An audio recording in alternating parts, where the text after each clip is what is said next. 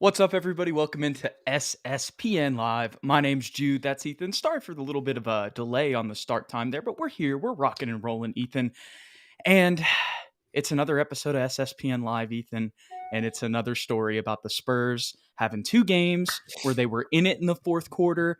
In one, they were, up by a lot during the game. And the Mavs game was a little bit more back and forth, never really had the lead like they did in the Jazz game. But at the end of the day, the young Spurs fell apart in the fourth quarter in both games, Ethan. I was only able to catch the highlights for both of those. I know you got to watch a little bit more of both of them. Tell me what your thoughts were on them.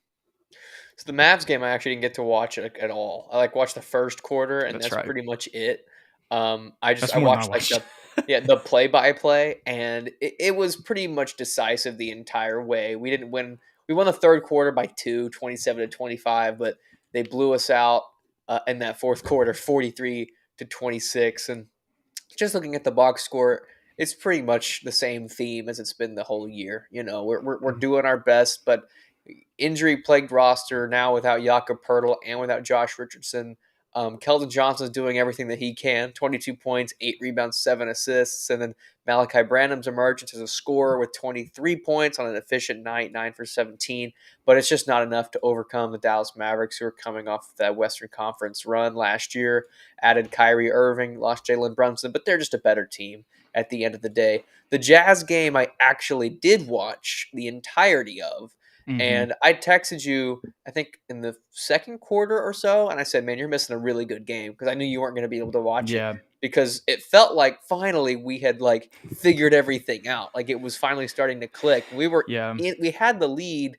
Let me pull up the actual box score real quick while I'm talking. Pretty much the entire time until the fourth quarter, and then we just fell apart. But those first three quarters, first two quarters, because that third quarter we were outplayed 30-14. That's really where the Jazz kind of came back, found that momentum, and the Spurs were never able to reacquire it. Bad second Um, half. but it was scoring by committee. Everybody in the starting lineup scored at least 11 points. Devontae off the bench had 10. Uh, Mm-hmm. it was fluid offense. It was a lot of passing. It was 2014 reminiscent. Defensive intensity, Jude, was finally at a level that matched what a Spurs team is accustomed to for the first time almost all year. Like everybody was giving Mm-hmm. 110% effort, and it felt like as soon as Utah went on that run in the third quarter, it was like, okay, we're done. Like Raps. we just stopped playing defense altogether, stopped making shots, and when that happens, you're not going to win ball games. It didn't help that Doug McDermott only went 1 for 5 from 3-point land. Like I was hoping to get a little Yeah. more productivity out of him, especially since a lot of his shots were good looking shots. But when Keldon gets 18, Sohan gets 22, you'd hope that you'd be able to pull this one out. But at the end of the day, 16-point loss, one step closer to Wembanyama. Yeah, that's about the way to describe it. I actually did, while you were talking, I remembered I got to catch the fourth quarter of the Mavericks game, and I Okay. missed like the 22 points in the first 4 minutes of the fourth quarter, and that was kind of the story. I remember Matthew Tinnen tweeted about that. Mm-hmm. He was talking about how they did a really good job in the third quarter of that game, holding Dallas to 25 points, which is probably just one of, if you want to look at a single quarter, the way this year has gone, that's probably one of the better defensive quarters we've played, considering the talent and the shooters that they have now on that roster. But then, but then they scored almost just as many to Yeah. start the fourth quarter with 22 points in the first 4 minutes. And that's how the Mavs are. Just to talk about them a little bit, I know they went cold in that big Lakers comeback over the weekend, but the thing was, when they were hot and they were up by 30, it was exactly what they were doing to us in that Mm-hmm. Spurs game. And they just have, when they have a bunch of shooters and they get those open looks, and when you have Luka and Kyrie penetrating, and then you throw like Justin Holiday and Reggie Bullock on the wing, it's, they can rain some threes, kind of Yeah. Warriors like, real quickly. That's a scary tandem, because finally Luke is able to play without the ball. Like I was watching him. I Mm-hmm. watched the Lakers game. I only watched the first three quarters. I thought it was going to be over, but it's a different kind of like layer that they have with Luca that I haven't seen ever before, which is him actually playing without the ball in his hands. So if they can figure that out and be effective with and without the ball in his hands, the Mavericks could be a sleeper team this year. Yeah. Got to make sure they keep those leads, though, Yeah, too. yeah. But I Defense would agree be with at what you're the yeah. saying. Defense would need to get a lot better for sure. But yeah, just talking about some of the other trends that we kind of saw in this game. Obviously Malachi, even though he had a little bit of an off game in the Jazz game, he still found a way to have 13 and 6 in that one. And in the Mavericks game, he had 23 and was really the main Yeah. scorer when we were kind of neck and neck with them for the first half. Just I know we've talked about Malachi so much. He had 23 and 5 assists in that Mavs game. I mean, he's just looking more and more like a steal. And I know I've said this before on on an SSPN live pretty recently, Ethan, but there's a reason that Jay Bilas had him as the best available at like the 13th pick in the draft. Yeah. Yeah, he's showing us something new every single game and continuing to just get so comfortable. Like he's scoring already at a not all NBA, but at an NBA level, like consistency. Yeah, And that was the fear for the first half of the season was how long is it going to take him to be consistent? Because we've had that difficulty with Lonnie Walker in the past. I always kind of compare Malachi to Lonnie in my mind because they're both kind of, for me at least, we're going to play that 6-man scoring machine role. But he's really, knock on wood, clicked and it's continued to click for him the entire time since he had that was a 17-point game, whatever it was. We went over it in the last live. right.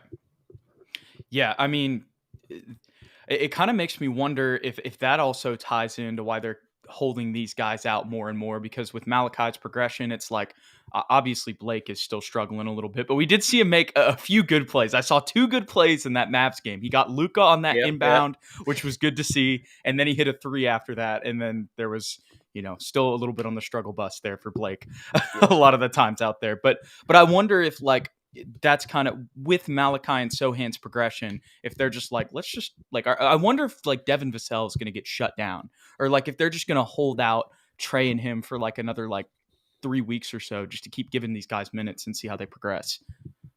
I don't know if Devin will get shut down, but I wouldn't mind just keeping them out. Might as well. Might as well get some Yeah, more losses and let Malachi continue to improve. Because that was the fear we talked about, right? Is when you bring all these dudes back, all of a sudden Malachi doesn't have the same level of opportunity to be the primary ball handler right. or to be the primary scorer. Because now Trey's back and then Devin as well. So I wouldn't mind that at all. Yeah. Well, we'll have to see. But I guess I was kind of more asking, what do you think is the likelihood of that? Like, do you think Oh, that that's something kind of playing out like behind the scenes, or do you just think that mm, it's tank and they're just being cautious with injuries? I think they've just been extremely cautious the entire season. Now, there's probably an underlying factor to it that they're not Yeah. willing to just admit about the whole tank situation. But I know for a fact Devin Vassell wants to play. He's been talking about it since before the All Star That's break. true. Like No, he's been he tweeting about it. Yeah. he feels ready to play, and so I think at some point they're going to have to let him play. You know what I mean? Because if they don't, then it's like you have a disconnect between you and your player. What message are you sending to the team that you're not trying to win, kind of Right. thing? So try to avoid that as much as possible. Yeah.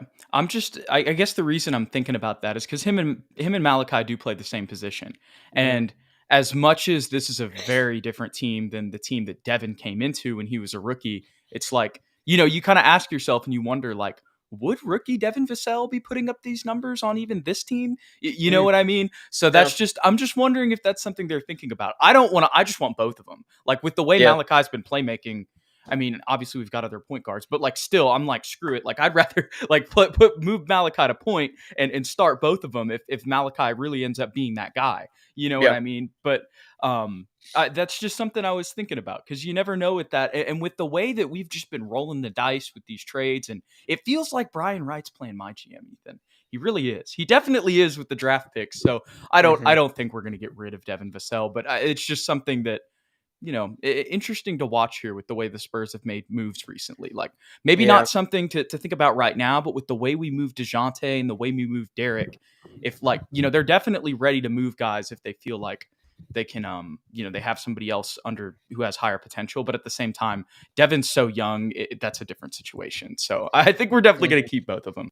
But yeah, checking out Adrian's comment, he said, "Well, I do want to see Malachi get minutes. I'd want to make sure that Devin gets some NBA minutes to keep him developing," which I completely agree with as yeah. well. That, from We my yeah, personal opinion, like I said, I want both of them. Definitely, I feel like Vassell has been the most consistent player this year.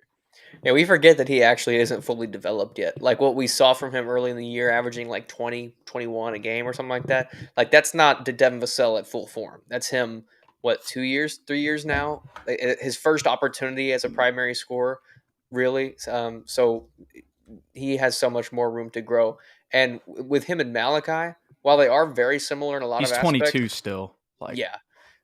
While they are very similar in a lot of aspects, especially playing the same position, they also do different things. I think Malachi at this point has a higher ceiling as far as being a playmaker, and maybe as a off the dribble I'm forgetting scorer. about defense too. Not to Yeah, interrupt you, but big gap between them there. yes, Devin is a world class defender and a world class spot up 3-point shooter, and he moves extremely well without the ball. Things that I'm sure Malachi will get good at, but right now he's still developing. But he came into the league already knowing how to get to his spots and to score in the mid range. That's something Devin kind of had to fine tune. So Yeah. they're getting better at different Right. things. Right. They came in at different we're better at certain areas coming in. Right. Hmm. Right. Yeah. Excuse me. Um well, I guess the other thing I have here in the title is Spurs in full tank mode. We're on a 16 game losing streak. Yeah. That's in the thumbnail. Just tell me your thoughts on that, Ethan. I know this is kind of the same story as the rest of the year, but I'm embracing it at this point. Like it's so hard to swallow as a fan because I go into every game. We've talked about this. I go into every game hoping for a win, and as we get close and as we pull in like within 10 points every single game, I'm like, we're gonna win this one, and we're gonna win this one, and then we lose, and my heart's broken for like 5 to 10 minutes, and then I just like Scoot Henderson, like their names just kind of come back into my mind. So I'm all for it. It has to happen. No team. It's been very few cases where a team has not had to get a top 3 pick to then get over that get hump back. and get back Right. to contention. Like it's very rare. Like we got so Mhm. lucky. We got Tim Duncan with number 1, and then we got so lucky with Tony at 28 We and even got Manu at David at number 1 56. too. Yeah, David Like at 2 number number 1. 1 picks in the 90s. That's crazy. Traded up for Kawhi at 15. Nobody thought he'd be something like we got really lucky. Now we're in this position where we have some really good young pieces, but we definitely to get to where we want to be, we need that top 3 pick. So might as well fully embrace it. You know, that ties into something that kind of happened a little while ago in the Spurs schedule, but it wasn't something that I mentioned on the live. I believe I was watching the Cavs broadcast during the Spurs Cavs game, which was, I want to say, let me see, let me look at their schedule here. It was fairly recently. Yeah, it was about 3 games ago. For some reason, it's not giving me the date, but we lost 117 to 109 about 3 games ago. Oh, the 13th of February. So about 2 weeks ago, we played them. And one of the things they were mentioning after is they showed this, like the cameraman had it on Darius Garland, and he was talking to Blake Wesley and Malachi Branham. I think he might have been, maybe it wasn't Blake, but it was definitely Malachi and some other, I mean, our whole team's young, but some other like Yeah. younger player on the team. And basically, like, I think he even said in like an interview after, or maybe it was Tom Orsborn tweeted about it. But that conversation, Darius Garland kind of told the team, like, hey, I used to be on a team like this.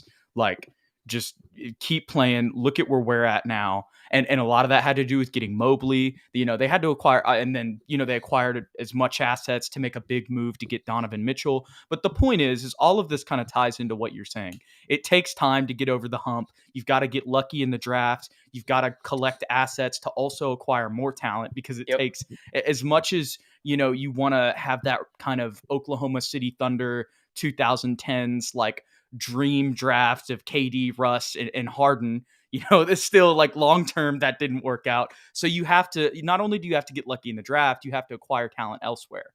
You know, Hmm. so the point is, as Darius Garland was kind of telling them, like, hey, it's going to take some time.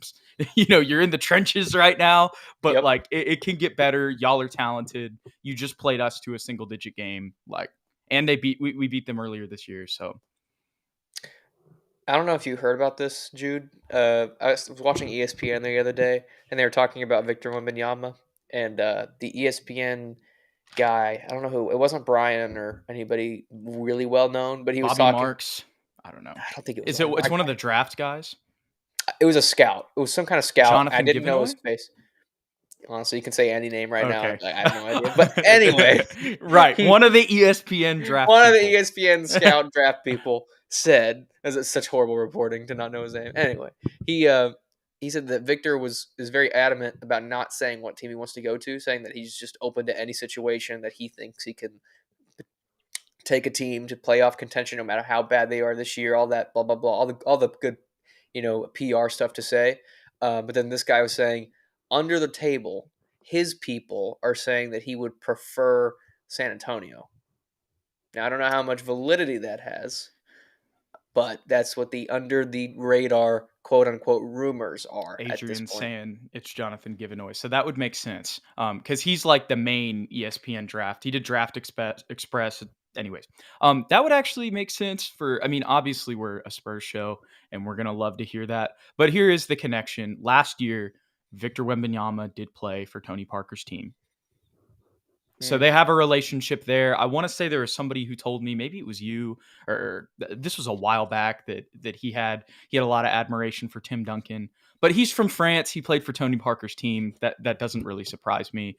But he also said, another thing I saw is he made like a quote like, "There's no bad NBA franchise." Like that's the Yeah. way he put it. So I don't really think that he's gonna. I mean, I'm sure just because of all those. One, you have Greg Popovich, who will probably stick around a couple more years, and even if he doesn't, it's the Spurs organization, so like there's going Yeah. to be a Yeah. good coach in there, Brett Brown, whoever. So they have that relationship with foreign players, and then on top of that, he has that obvious connection with Tony. So I think Scoot said something similar too at yeah, the he All was. Star weekend. Yep. He just was saying that they have a really good, talented young team. I mean, I think a lot of these young prospects, they look at the Spurs and they're probably like, I can go be the superstar, and I've got talent around me. Yeah. And that's kind of probably what Darius Garland can see too. Like, yeah, these guys suck right now. They're one of the worst teams in the league. But in 5 years, a lot of these guys, even if aren't a lot of them, not all of them are going to be on the team, just straight up cap wise. That's not going to Yeah. happen. But a lot of the whoever isn't on the team is probably going to be a talented role player or maybe even starter elsewhere. I'm curious if they have the same thought though about places like Houston or Charlotte. That is a very good point. Like politically, they would say yes, right? But Houston has, it had a lot of bad media coverage in recent Well, memory. it's just rough out there right now. When you Yeah. watch the offensive possessions, like Steven Silas has got to go. They have more talent than us, Ethan. Way more. Like way more talent than us, and somehow they're like still worse than us. Like there's I no just don't reason get they it. should be worse than us, even though we're neck and neck right now. And our man or Adrian was saying earlier that we may, Huh? we might go below them. I totally could see that, but at the same time, um, it's just definitely with all the stuff with Miles Bridges, Montrezl Harrell, the James Borrego thing. It seems like they let go of Borrego just to bring back Steve Clifford, which made things For no worse. reason. Like, yeah, like how is Steve Clifford? If those are the problems you're having in Charlotte, I don't think Steve Clifford is gonna like, the old like kind Hmm. of pop type guy, even though he's nothing pop success wise, but like, the older kind of hard coach. I don't know if that's the best Yeah. guy to fit with LaMelo Ball and all the stuff that was going on with Miles and Montrez. You know what I mean? Seems like that's kind of the vibe out there. Yeah. It's a little rough. But it's good for us though. It's good for Yes. us. So I can see how, a Scoot Henderson or a Victor Wembanyama would, look at those three organizations and be like, yeah, the Spurs seem like the most stable. Even though they're bad right now, there's, I mean, yeah, there's the Josh Primo thing. But other than that, there's not really any drama, you know. Hmm. And that was Yeah. still like quieter than it probably would have been in those two places. So Facts. Facts. shout out to Rain in the comments. He said Jude is Thank you, cool, but Rain. Ethan is cooler. That's how Rain I gets it. feel. He That's how I gets it. feel. That's how I feel on the show every time I go live. Oh, I'm sorry, buddy. Oh yeah, uh, Forbes was on the team. Forbes oh, was not on the team. Forbes. This is from Minnesota. Speaking of which, if y'all don't know what we're talking about, Bryn Forbes was arrested at La Cantera. Like, I don't know why he was back in San Antonio. I pray he didn't have a chance to get a contract again. Because God, we imagine if that's why he was back. And then, I doubt it. yeah, domestic. I doubt it too. He probably just has a house here or something. But Yeah, yeah, something like that. that was like pretty recently. If y'all didn't see that, so We're gonna sign yes, Bryn and cut Devonte Graham. yes, we did hear about the Bryn news, Nick. That was just That was crazy. Yeah, I couldn't believe that I saw that. I was like, why is he in San Antonio? That was my first question. Just enjoying it. Just enjoying Yeah, the I'm gonna day. go to the northwest side off 1604, no problem. Might as well. Then do some horrible things. Oh my gosh, man. Yeah. Whew. The San Antonio Anyways, club life for Bryn yeah. Forbes. Speaking of Anyways, Devonte Graham, Ethan, do you think we trade him this offseason?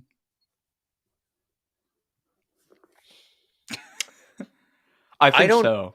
I don't. I think there's Yeah. definitely a chance. Yeah. But There's maybe absolutely a chance. if not, it's going to be like Jay Rich where we trade him at the deadline next year. That's what I'm leaning toward more. Only because then he would have a more of a chance to maybe play his trade value up, same way that Jay Rich did. Because Jay Rich was basically a throw in for us, like when Boston gave I him don't to know us. if Devontae is going to be able to do it. I don't know, man. I'll love to Devontae, but yeah, We'll see. I mean, I wouldn't be mad I or still like him. I'm happy. glad we Yeah, have him. We needed it for the competency and the depth, yeah. Might as well. I mean, I wouldn't but even be upset if he just like played out his contract, just like not playing very much. Like let y- Blake take his right. spot.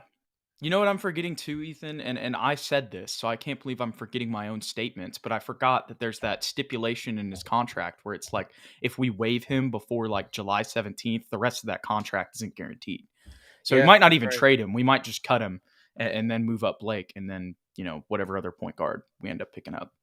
He's so like baffling how he plays because like in the Jazz game he'll hit like two threes like in a row like tough shots and I'm like he's that guy and then he'll shoot like three more just like bricks and I'm like ooh Yeah, our man Dark Aeon yeah says he did, and then I was looking at the box scores and I saw the inefficiency, and I'm not mad at him taking the shots because he makes some threes and stuff, and he's really just playing like we're not expecting that much from him. Like we know he's a downgrade from J Rich. We just that was kind of what we were aiming for, so I'm not mad at it. It's just yeah kind of is what it is. But I probably we'll either cut him or I forgot about the contract not being guaranteed. And the thing yeah is like even next year, even if we keep him, like we may not have to pay him like a 12 million or whatever it says. It might only be like 2 million. So in that case, it's like I wouldn't mind keeping him for 2 million to be a third string point guard behind Blake. If by that time we feel like Blake's ready to be the backup. maybe in a fourth string if we end up drafting Scoot. Yeah, no, for real. Um, but another thing that's kind of been happening over these past couple games is we've continued to see some Dom Barlow minutes. Mm. I believe so. I think. Am I He didn't mistaken play on that? against the Jazz. Okay, but he I did don't know play if against the Mavs, right? let me take a look. Maybe I don't know what I'm I talking know about. Bassie did and he had 16 points That against the might have Mavs. been what I was. Yeah, he Yeah. Oh did. no, Barlow played 16 minutes, That's but he only right. He scored did. one basket. Yeah, yeah. 5 boards, big Absolutely, yeah. boards. Big boards. But I thought Boardman like gets paid. I thought it was interesting though that he's still getting like 16 minutes. I guess I don't know. I think we should just stop analyzing Dom Barlow. any logical reasoning behind the rotation. Just like we look at it, and go, why did Dom play? He wouldn't help us win. Like, Yeah, yeah, I was exactly. surprised. Yeah, that's right. No, that's Exactly. He's not gonna help us win. yeah. They're Nobody's gonna just help us win. It's exactly what Pop said. I'm realizing the answer to my own question, Ethan, after I asked it. He said it in the press conference. He was like, "We're just throwing him out there to see what he has." Yep. And it's this year. That's it. But Nick's got a good question here in the comments. He asked, "Who are y'all higher on, Bassie, Barlow, or neither?" Ooh. I would say I like both, but definitely Bassie. And I think the contract that the Spurs gave, kind of as a testament to that. Y'all have heard me talk at nauseum about Dom Barlow. If y'all want to see me really break it down, go check out the video I did talking about the article recently that came out just about him and him talking about the Spurs and being the first person from Overtime Elite and all that. But Charles Bassey, his physicality, the way that his game has kind of evolved so quickly, his shooting ability out of nowhere.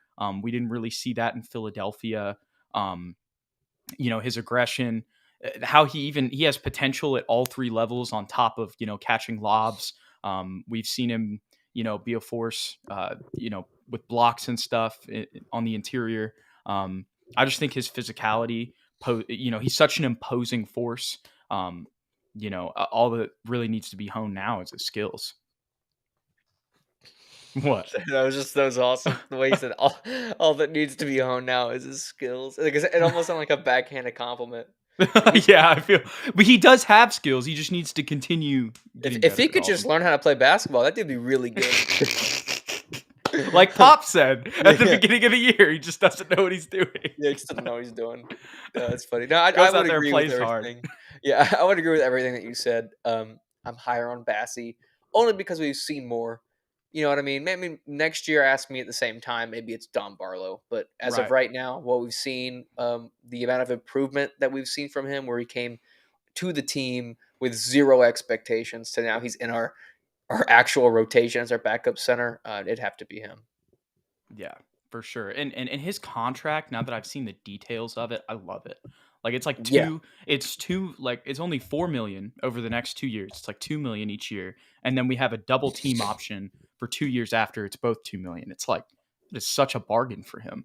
And I know also you might be thinking about another potential big that may be coming to your roster if things play out the way you like it, which is why like, you wouldn't want to pay him that much. Um, but at the same time, I wonder in that situation, Ethan, now that we're talking about Wembanyama, we can kind of talk about that, or that I transition to him. Say everything goes right, we get the number one pick, we end up drafting him.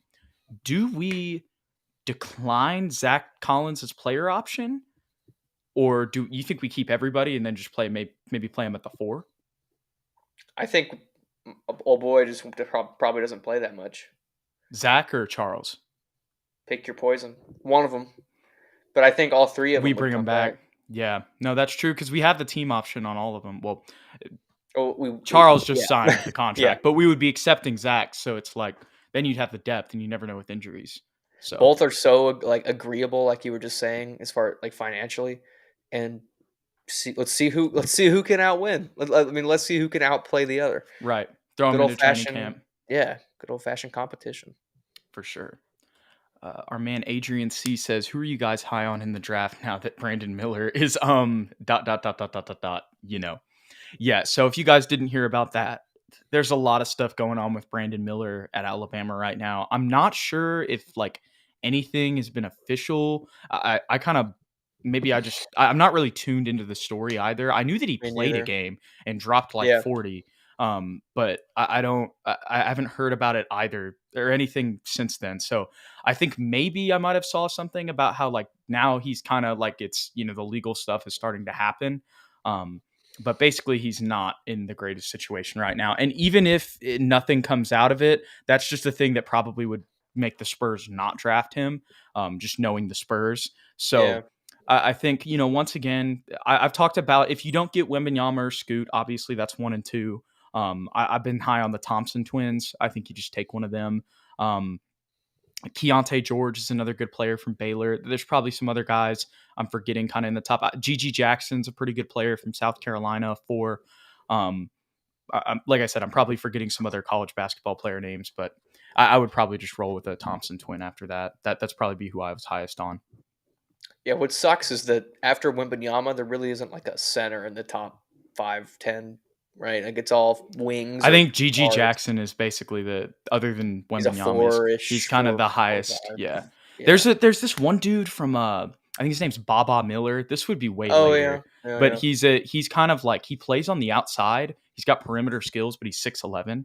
Um Huh. so that's somebody else that we could maybe keep our eye on. And Florida State, produces a lot of good NBA guys, obviously Devin Vassell, Patrick Williams. Um Mhm. lots of good they usually play physical. So Yeah. I'm holding out. It's either Wemby or Scoot, and that's it. yeah, hopefully. Right. We gotta rig the lottery again. That's what we need. We need the Adam Silver rig to come in Come on, hard. Adam.